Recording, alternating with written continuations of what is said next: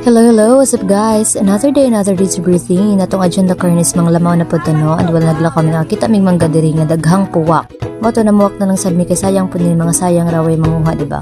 Fast forward na nakakita na po ng mga kauban ng mga bayabas kay wa may tagidya ka naman sa lasang nanghuha na lang po sila. Lami di dyan yung tagidya nga bayabas guys. Char. And Sharon, pasalod na mi sa lagusan tadong sa Encantadia guys. Relaxing na maglakaw-lakay nga ning view ta sa unahan bitaw ni bidakon huy simbako. After million years nakaabot rin yung destinasyon which is aring ekonomi mamutong. Gisa ka na sa Tarzan ang gutong para masuwayan og sakto banno bawasan ni gihar panihid sa malayong dapit. Gisuwayan nagabragisa no og sakto bagajud kay og sakto ato nga punuan magkuha. Kay sakto man gisugdan na pod og kuskus dan hino para makakaon na tabakan murag lami na jud kaon og lamaw.